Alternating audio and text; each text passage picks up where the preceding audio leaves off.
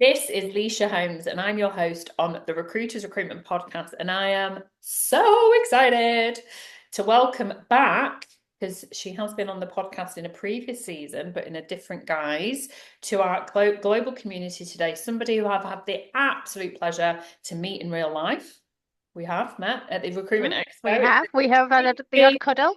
yeah, we have had the odd real cuddle, but also you will be familiar with, and maybe the voice has been a clue there, but you're clicking on this because you want to get to know our next guest better. So without further ado, welcome to Donna Owen, who is the CRO at The Engine and fractional CRO to a number of different brands, actually. Welcome. How are you? Thank you so much. I am all the better for being here. Really excited. This is the one to watch. We all know this podcast.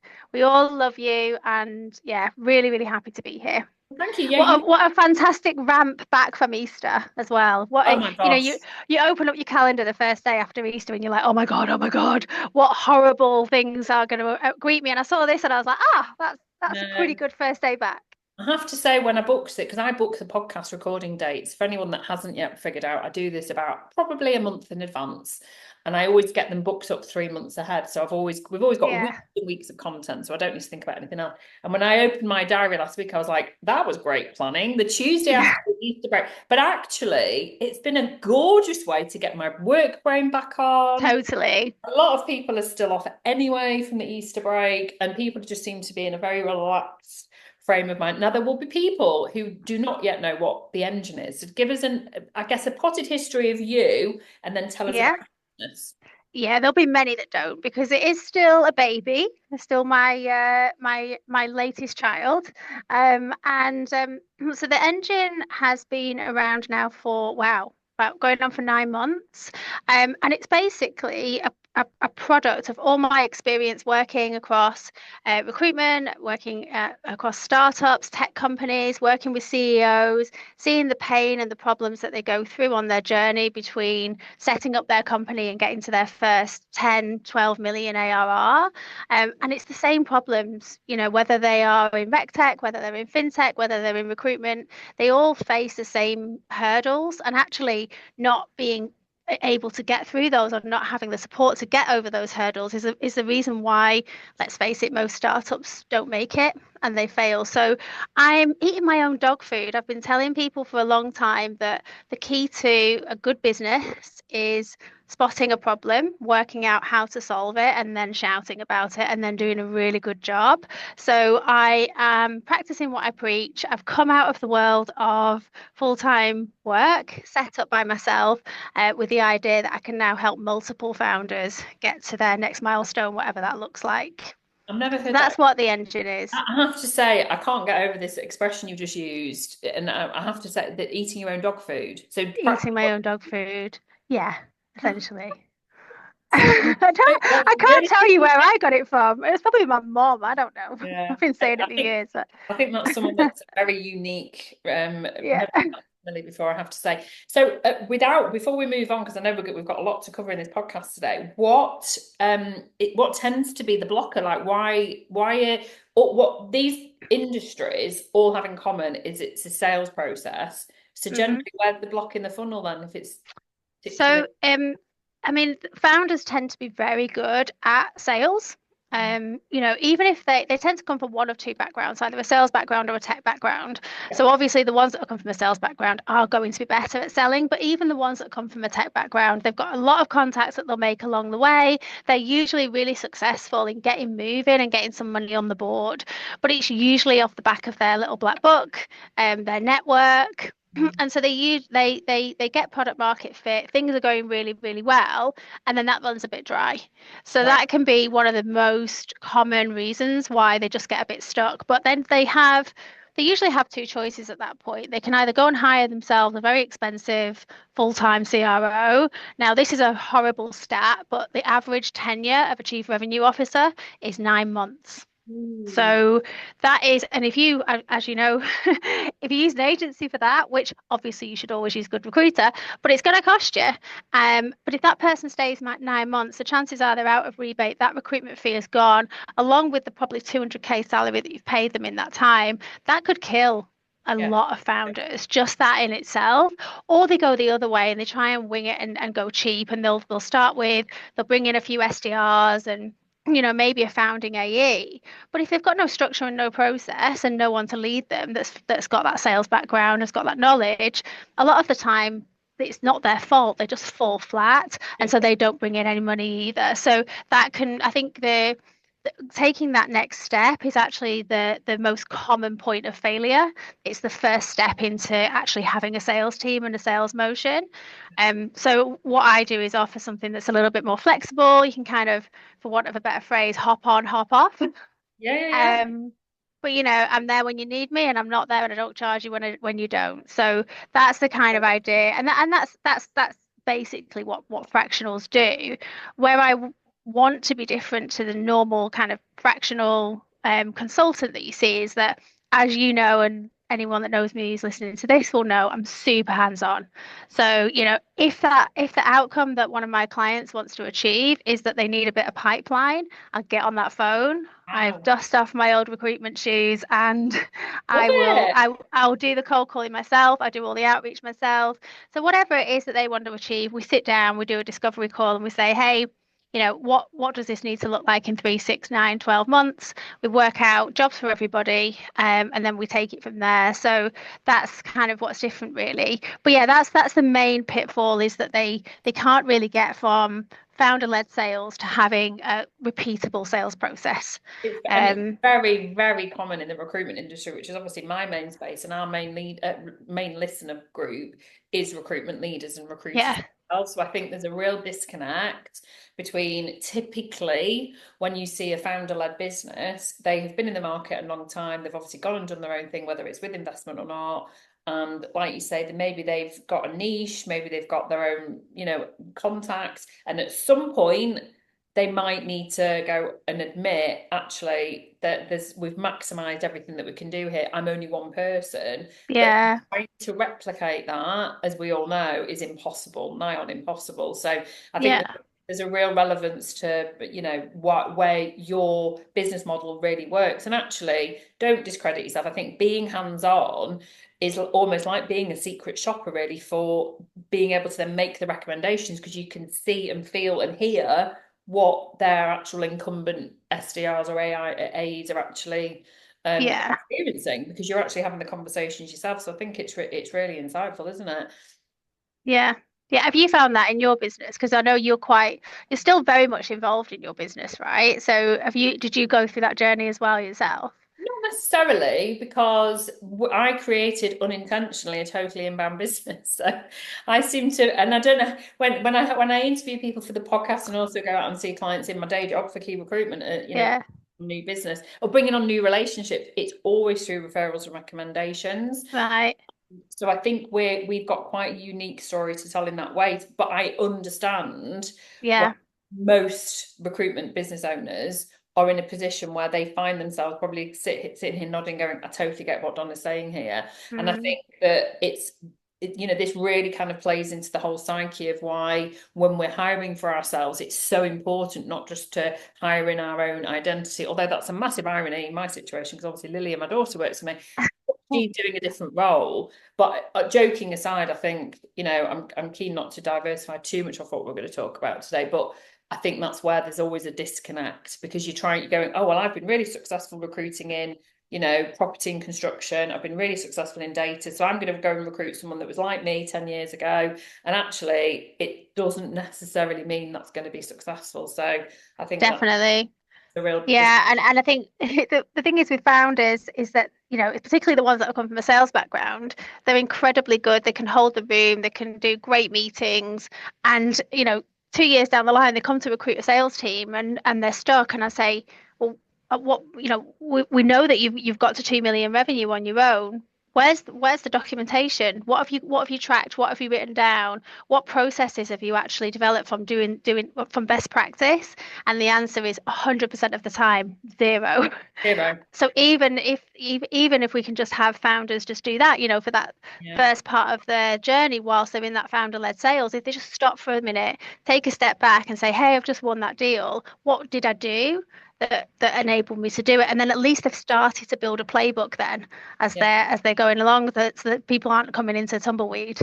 Well, I mean, I think that's very often. I think if I was to have a pound for every time I was in a client meeting, and then we're talking about things like AI and automation and stuff, and I'm just like, hey, I'm just a sales girl. And that's the reality that a lot of founder-led businesses who are naturally more sales driven than anything else, you find that Mm, they haven't got the process, they haven't thought about the data capture, they haven't thought about implementing a growth strategy. And when it's time yeah. to do it, they're kind of going, oh, whoa, whoa, whoa, back a Yeah. step. I think that's Yeah. really interesting. Your strap line is that you will revolutionize how companies are going to scale through sales. So can we just Mhm. talk about, not necessarily generations out here, because I know you've got kids, but just in terms of where we're at when it comes to how people sell, what are you Mhm. seeing? And I like the fact that you've got a quite a holistic approach. This isn't just recruitment now, this is rec tech, and I think there's always a lot we can learn from other Yeah. SaaS models. Where are we at in terms of the new generation coming through and how they're going to sell? Because the reality is this has changed everything, right? Oh, 100%. But I think we've been through an interesting phase, and we're at a turning point right now today. And that's one of the reasons why I've wanted to do this business for 2 years. But we've just gone through a whole phase. I mean, I'll ask you how many automated emails do you get on a daily basis? And then 3 days later you get Leisha, the question mark, and then you get the sequence. Now, 3 years ago, or even 2 years ago, I'm in sales, and I would get one of those LinkedIn DMs or those emails, and I'd maybe ignore it, and then I'd get the next one 2 days later, and I'd be like, oh, I'm so rude, I must go back, and I didn't realize I was in a sequence. And so we all bought these as salespeople. I was in sales leadership at the time, and I was literally like, credit card out, I'm buying them all. I've got Apollo, I've got all of these automation tools which essentially are supposed to put my revenue on chart, like on supercharge. And for a little while it did, but if you didn't get early to the party, you missed the boat big time.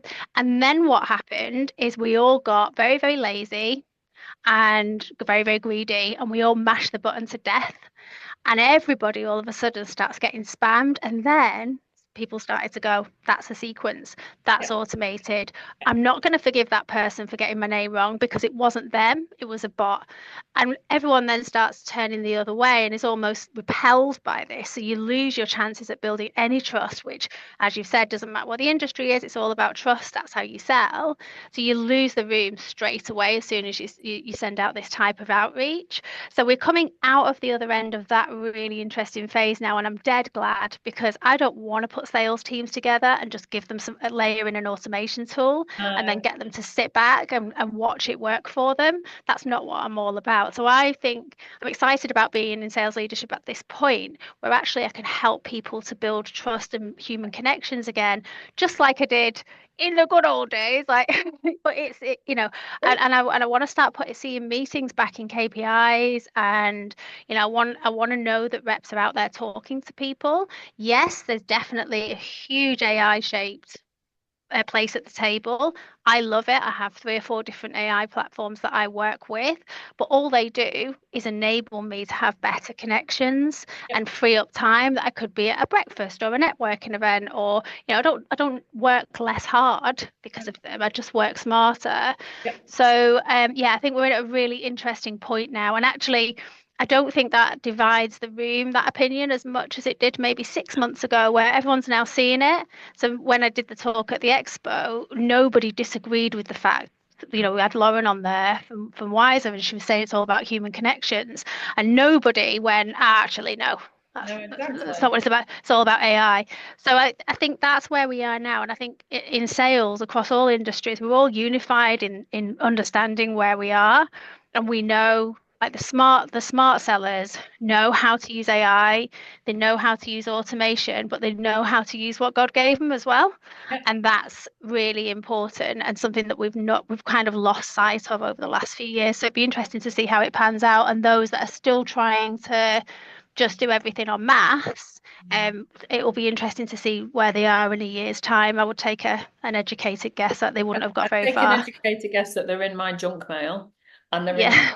unread, and they have been for a really long time. But I totally agree with all the things that you said there. But just, I guess, as a part B, what I was trying to, I guess, allude to is the sort of the traditional picking up the phone and cold calling and business developing. Where do you see the recruitment industry specifically on that? If I think about some of the listeners that we have who are quite new to the industry, they're, Mm, they're terrified at having to, create meaningful relationships purely on the telephone. Where do you yeah. Yeah, I think it's definitely not the view that we're going to go full circle and all get back on the phones and do 50 dials a day like we did in 2004, whatever. I don't agree with that, but I also don't agree with cold calling's dead either. So it's a blend. So we need to create a new type of BD. And that is an informed approach where you've got all of these tools available to you. Right now, if somebody calls me or does some outreach to me, and it feels very cold. It feels like they know nothing about me. That annoys me. It frustrates me. I feel more frustrated than I would have done in 2004 because bless them, they wouldn't have the means to find out about see? me.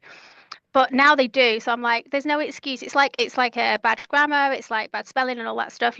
Obviously people not everybody's great at spelling, but there is no excuse now to send out outreach with bad grammar or anything else because there's so many tools available to us. So I think as long as your outreach, whether it be on the phone, on email, or well, I'll probably put email at the bottom of the pile actually if I'm going to give advice, but a nice LinkedIn DM with a video or a call shouldn't feel cold. Think No. about how it looks from the person that's receiving its shoes. It should feel warm to them. It should feel familiar. There should be something there that they can latch onto. And most people, I mean, there's always going to be the ones that they're just having a bad day and they're going to use you to take it out on. And you've just got to have thick skin to that. And that's part of being a recruiter or of sales. So you're gonna get that and just laugh it off, whatever. But actually, I think most people will appreciate the time that's gone into a really good outreach. So I'd say take the volume down, spend a little bit more time on the research to make sure that the quality level goes up, and I think we'll be really successful again with cold out with BD and on the phones. I love the phone as a sales tool. I love the phone as a sales tool, and I am going to slightly disagree with you because I actually think cold calling, how I define it, I think is dead. I think it's what has changed is what you're saying there. There's possibly semantics at play here, in that there is no excuse now to not have found out who is the founder of Key Recruitment and to have a reason for calling me. If I get a cold Yeah. number I don't know, on the chances that I actually answer it, by the way, but it might be a delivery driver. That tends to be why I answer a phone number. Let's face Might it. be really important. It might be really important. It's DPD and they're terrible. I'm only joking. I will, and if they say, hello, please may I speak to the person responsible for, and I say, I'm very sorry, they're busy at the moment, goodbye, and put the phone down. Or if it depends how friendly I'm being Mm, an absolute arse, that's what I do. But I think that's where, for me, that style is dead because I don't hmm think there's any excuse. If they're on a dialer, I guess it's only what their system will allow them to have, but there is no reason anymore. There's so many tools out there to populate any kind of CRM with, Key Recruitment Limited founder, Leisha Holmes, just hmm that's all it, I'm not an IT expert, but I'm pretty sure that whatever they're selling me, but I think it's about having that purpose. And I think, like you say, there are so many forms of medium that you can contact people. And I also agree. I think email, if anything, I think email is dying. We still hmm certain things, but there's no reason anymore through apps where you can't send contracts out through DocuSign or whatever. LinkedIn messages, I'm more inclined. WhatsApp. I actually get quite a lot of cold outreach on WhatsApp. And the brilliant thing about WhatsApp is that you can see their profile pic. It allows you hmm straight away to see their name, even if they're not in your contacts. And I just think it's such an underused form of communication. You've got your short videos, 60-second video reels. You obviously can share document everything in there. I don't need to sell it to you. But I think that that's where, if I was starting out in a sales role, in recruitment specifically, I would definitely be on WhatsApp a lot more. And you can create communities on there. I just think it's a really underused way to connect to people, which eShot just doesn't have, because it just feels more personal. Yeah. Yeah. And I think, coming with my background in recruitment technology, I think they need to play a part in that for you guys as well. You know, they need to give you the tools, because ultimately you need to be living in your CRM, and most CRMs still have email as the only one outreach you can do through the CRM. You know, and so there needs to be a drive to that. But I think, you know, one thing I have seen coming through, and I don't know if you've seen any of them, is something I'm really got my eye on at the moment, is helping to craft that purpose through signals. Okay. So, you know, buyer intent. So, you know, you got your buyer intent in sales nav. I don't think many people use that, but there's companies now, or founders now, that are helping a seller to understand what their addressable market is by looking for intent. And that could be for recruitment, that could be, you know, it could be advertising a job, but it could be something a little bit more strategic, like, oh, okay, a new office move, or a big investment, or Yeah. hiring, you know, across the globe, or whatever. And delivering that into your CRM, I think, is very, very valuable, because then, I mean, you know what it's like. Could anyone ever sell you a car if you're not looking for a car? Probably not. Like, that's a big purchase, and you know, you're just not interested. When you're looking for a car, you'll go and sit in that showroom and drink their really bad coffee for like an hour and get really, really sold to, and you know, you're in that buying state of mind. So what's the point in talking to people who just don't want what you've got? There's Exactly. very little point, and those are the ones that are going to turn you away. And it's not because you're a bad seller; it's just they don't want what you've Don't want got. to. It's You're in the just wrong we've got room. no got no need, exactly. So you know, they're trying to shove that Aston Martin down your throat when you don't need it. But if you've got the money and you've got the desire to buy an Aston Martin, you want to get sold to. You know, Yeah. you don't want to buy that Aston Martin online. You want a seller to really No. like gung ho and sell it Don't to you. waste your money. Go and buy something else. That's just Yeah, my so I opinion mean, on I it. just, I mean, I haven't got an Aston Martin. Can I just put that one out there? I probably will Manifesting never it. have one while No. I've got these three children just sucking my blood. I was just about to Um, say. yeah. I've got three kids where my Aston Martin should be. But you know, by looking at, you know, intent, and trying to address people that have a need, that's the first step in actually getting a conversation going. And then it's about, okay, then it's where you add the value, build the trust, find the pain, and all the other stuff. There's no point in getting stuck into trying to find pain that doesn't exist. You know, what is the point? You're just wasting your time. So I think that's really interesting, and something that I've seen recruiters actually focus more on in the last 6 months is, okay, how do we find out who's hiring? How do we get those very small buy-in signals, so that when we're now having a drive on BD, that we have much more chance of success. So I think recruitment technology will be interesting over the next couple of years. It will be very much more sales focused than candidate focused, until the market becomes ever so candidate driven again, and then all the tech companies are going to go, oh, developers shift, pivot to candidates. But at the No, moment, I think it's going to be all about sales. it always goes in cycles. It used to It be does. 7 year cycles, and then COVID totally blew a bomb under that, and who knows when the next cycle will be. But it Who will. knows? It always does. Yeah, It always goes in, and then it depends on your nuance of which sector, which market, which industry, where you're based, whether where it's going to be skill short, you know. So I think, yeah, I know you said that in a joke way, but I think it's actually really true. We were talking yeah. off camera about your psychology as a salesperson, Mhm. and what underpins you is this notion of failure. And I actually have thrown in there, I mean, anyone that has listened over time will know that I love digesting podcasts outside of recruitment as well as inside recruitment. And one of my favorite ones is Elizabeth Day, the famous author and broadcaster, and she runs one called How to Fail. And the whole premise of it is she invites on celebrities who share three of their most prominent life fails and then what they've learned from it. And the reason that we were discussing this is because you believe that we are set up almost to learn more from our failures than we ever will, 100%.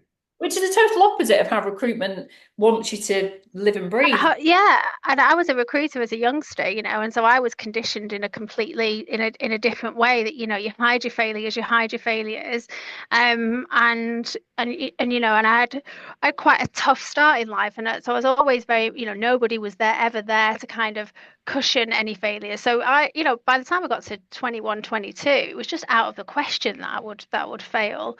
But there's not many good things about getting older, but one of them is that I've now um, started to learn actually that I see failure as very much a positive thing, and almost maybe seek it in a way.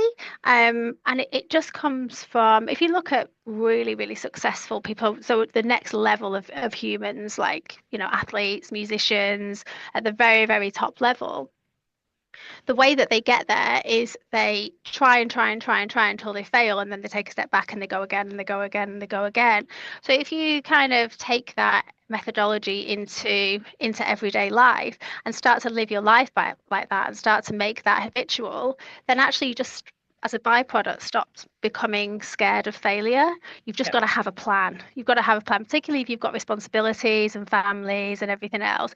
You do need to have a plan. But I think actually not being scared of failure and actually seeing that as part of the process and part of your development, it just opens up so many doors, and it just makes you, it sounds a bit corny, but it just makes you a better person. You're just so much less anxious all of the time and more honest as well. I I mean, let's face agree. it, salespeople they can tell some porky buys sometimes because they don't want to be seen as the one that, oh yeah, that's definitely going to close. And then they'll say it's going to close, it's going to close, it's going to close, and then it doesn't close. But they kind of they're putting off that failure because they're so scared of it, and then it's, oh, it didn't close. Whereas, if you remove that fear of failure, then very, very early on, you say to your leader or your CRO or your mate in the office, look, I'm getting ghosted by these guys. I was sure I was going to close this deal, and then all of a sudden you're in it together, and you're working out how Absolutely. you're going to fix it, It creates and it collaboration. just feels so much better. Does. I've got a challenge for anyone listening to this who, if you're watching this over on LinkedIn or you're watching it on TikTok or whatever, I want you to embrace and own your fails and share with us maybe one of the pivotal fails in your, let's stick with recruitment here, of where you've learned something that you would have never learned had that failure not happened. And there's definitely one that really sticks in my mind, which was very early on. So this was in the late 90s, and I hadn't actually gone through any training and development. And I'm sharing this with you all because I know that we have a lot of listeners who are in their early career. And I was doing it very niche engineering into aerospace, manufacturing, automotive in the Midlands. And I'd interviewed a guy, got him out for an interview. And I remember when I was doing the sell to the client, has this candidate got, and I can't remember, let's say CATIA or CADS, it was a specific machine that he had to be able to program. And I just went, yeah, he's done that. Yeah, he's done that. Got him the interview. Candidate's all prepped, got him out for the interview. Didn't hear from the candidate after the interview. And the client rang me and said, well, he hadn't got CADS or CATIA, whatever it was. Why did you say he did? And I said, oh, sorry, I thought he had. And he said, well, it was a total waste of everybody's time. It was really embarrassing because that is literally the job. It's not a negotiable, it's a non-negotiable. And I had to literally own it. And obviously at this point, I was only 2, 3 months in. I had to report every interview feedback back to my manager and then director. And they both sat down with me and said, like, why did you do that? And I said, because I didn't want to lose the send out. And they said, right, well, this is what you should have done. And for me, I have never forgotten that feeling of that horrible hollow leg feeling of, oh, I've really Yeah, failed here. And so to this day, because I still do day-to-day recruitment, but very much at the sort of leadership, if I have a situation like that where I am being asked something, what's their EBITDA, or, what's their attrition of staff been over the last few years, if I don't know the answer straight away, I'll say, I'm not sure, let me go and check you that. don't know. Yeah, And yeah. it's you never learn. So I think let's all own our failures more, guys. Totally, totally. And even those I know there's a lot of folks that listen to this podcast that are on the peripheral of recruitment, so in the recruitment technology space. I know it's a really popular one. I know it's one of the few podcasts. I'm not like you, I don't digest many, Leisha, but I definitely listen to this one, and I know that there'll be plenty listening who have done the same thing, me included. I have, something's not been put into the product, so I've tried to demo it off, like developer wireframes, to wing it. But you're right though. This is not necessarily, no one gets out of bed in the morning to do a crap job. No one gets out of bed in the morning to have that hollow feeling. So as leaders, let's make sure that our teams are never having to feel like that. We're never putting them in that situation, because it's leadership. I'm sure it was your leader at the time. It was definitely mine at the time, that I was worried. I was in COVID times at the moment at that time, and I just thought I thought my head was on the chopping block. So I was just doing everything that I could to survive at that point. My husband's a personal trainer. He had no work, and I was like, if I mess this up, I'm going to get fired. I was on probation in Yeah. COVID. And Mm. I was just doing everything that I could. And actually, I think we need to support our people so they never have to feel that way. So they know that they're in a transparent environment where they can just be honest and say, we don't do that, or he hasn't Psychologically got that saying skill.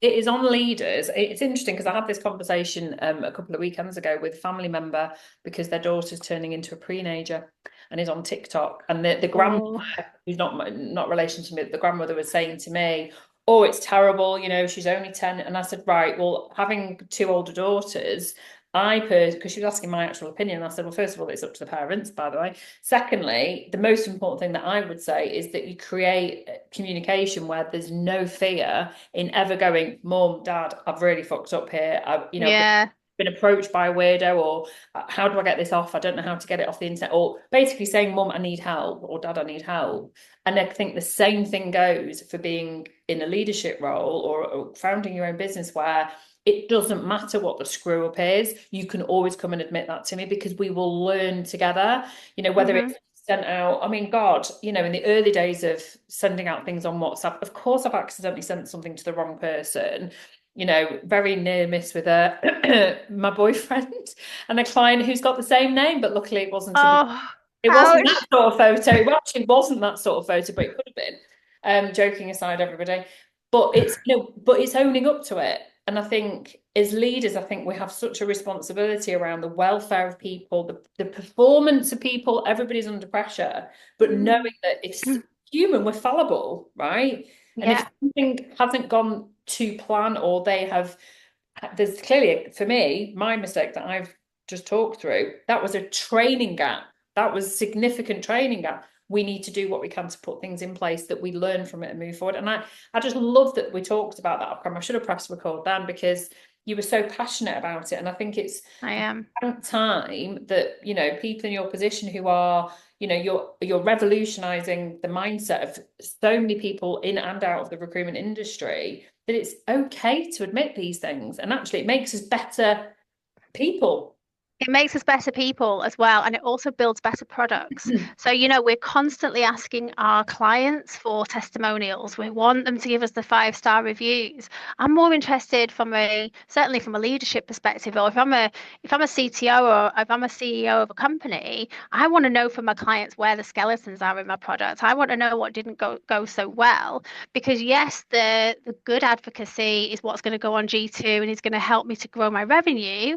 But actually, the bad stuff is what's going to help you to grow your product. And your product could be your recruitment business, or it could be your CRM, or whatever it is that you're building. You need to know where the skeletons are. You need to know where you're not doing so well. And it's much more uncomfortable, but it's that old cliche of get comfortable with being uncomfortable.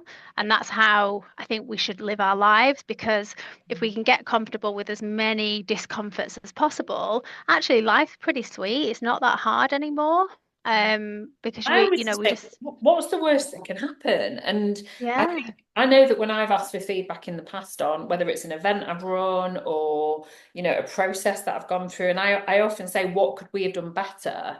I'm not it's not like I want a backhanded compliment. I genuinely want feedback. I Mm. genuinely want to know, what could we have done better? What could we have done differently? If you would have been the one running this, what would you have done? And that's Yeah.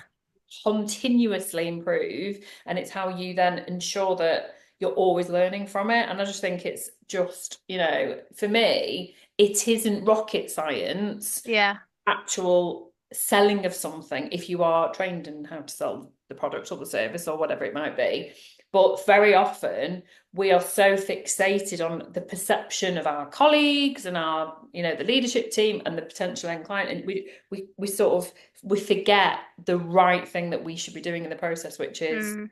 being honest. And I don't even think it's about being vulnerable. I think it's just about being transparent. Yes, it No, can. there's No, it can't be. vulnerable. There's a lot about vulnerability at the minute, and I think I've definitely benefited from inhaling a lot of kind of Brene Brown and lots of vulnerability. I had to have Wins. some yeah, I had to have some coaching myself just because I was a little bit hardened to the world and was one of my biggest fears was showing any weakness.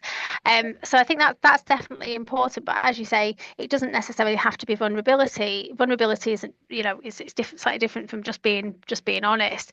And being honest is quite a difficult thing to do. And I also think it's a little bit of a British thing as well. It's that two-sided thing. Is that if that example that you just said, if you said to me, "Oh, what did we do so well?" Even if there was something that I knew, my reaction would be like, "Oh, I assume you're fishing for compliments, and I'm going to feed you one as well." So I think the recipients need to feel comfortable and trust the process as well, so that they feel as though they can give you that constructive feedback. Be honest, and Um, not for you to turn around and go, right, they're right, bitch. yeah, I'm not dealing with them again. If I think about some of the most solid relationships that I have with clients who pretty much will only use me in a very crowded market, are the ones who have been, I'm going to use this word now, brutal in yeah, feedback for yeah, not necessarily Leisha Holmes at Key Recruitment, but for possibly the process or the candidate in the process, which they hopefully have also taken responsibility for, because ultimately I'm not the employer, but just saying that. But I've accepted the brutal feedback. I've taken it face to face on a team mm, call, or in person, where we've sat down and they've gone, this is, from our point of view, this is maybe something that we didn't enjoy, or maybe something we think you could have done better. And I think it's we often are so bothered by our egos, and salespeople generally speaking, are always seeking that validation in some way. There's probably some psychology going on there, but actually it will make you a much more rounded commercial conduit to be able to sell better mm, in the future, I think. So just, maybe 100%. lasting point on this is be prepared to listen and act on feedback and be better at giving feedback. Definitely. And if you aspire to be a leader, you need to get really, really good at that because it's a tightrope that you need to walk very, very carefully because you don't want to fall into just having a go at somebody, but also, no one needs a cheerleader. You're doing your people a misjustice if you're just constantly cheerleading them. They need that feedback. And if they can't take it, then they're obviously the type of person that doesn't want to get better. As a salesperson, you've got a big ego anyway, you're naturally that way. And one of the skills that you need to hone is putting that to one side, listening to the feedback and growing. And I'll make my last point on it as well. I think one of the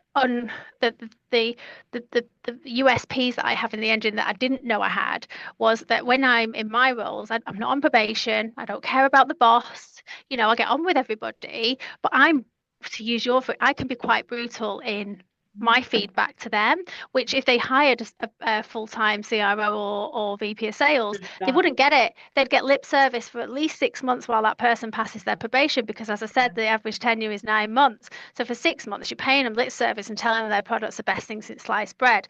If I think their baby's ugly, I'll tell them on day one, and then we and then we work it out. But how you deliver that feedback, that's where the tightrope is, and that's how you make it to day two without getting out of the door because you're on a flexible contract. So I think just seek out learnings on that and get and learn how to receive and deliver feedback. Certainly, if you've got Love, aspirations to be a I leader. love that. And nobody's baby's ugly, I promise. But I No, totally again, just an agree acronym. The babies are all cute. I love babies. with you. Don't hate. Don't label me the baby, like the The baby brutal woman, the baby baby hater. basher. That's going to be the name of this podcast on it. It's not really. I knew you'd be amazing. No, We could talk for hours. we So could. where can people connect to you? So obviously on LinkedIn, presumably. Yeah, so I have a website now. It's theengine.uk. LinkedIn is my preferred weapon of choice. I've come off all of the social platforms because they were not serving me very well. With that being said, from a business perspective, I know I need to get back on there as well. My kids have all got YouTube channels. My husband's all over Instagram, so I do feel like the dinosaur in my house. So watch this space. The engine will be coming to definitely to YouTube, maybe to TikTok. I was just about to say, I But think for you now, need to we'll get stick getting with on LinkedIn. TikTok. I think short, Yeah. sharp little videos on TikTok. You should drop Lilia a message. Lilia runs all our social media now. She can give you a few tips. Oh, oh no, I would love to. I've got 5 tripods in my house. Like it's Okay, literally like a recording showing off. studio. Yeah, because they're all on it all of the time, and I'm That's I'm just like, hilarious. what? No Yeah, I know. excuses, My Donna. dog, my dog has a TikTok channel. That's very My yeah, funny. yeah, Right. not Well, me. there you So go. that's definitely something that I need to do. So thank you for the push. You're welcome. Well, you're accountable here now to our global community. Yes, I am. Thank I will you do it. I so much. promise. Thank you for joining Thank us. you for having me. It's been lovely. Thanks. Thanks. Bye, Bye. everyone.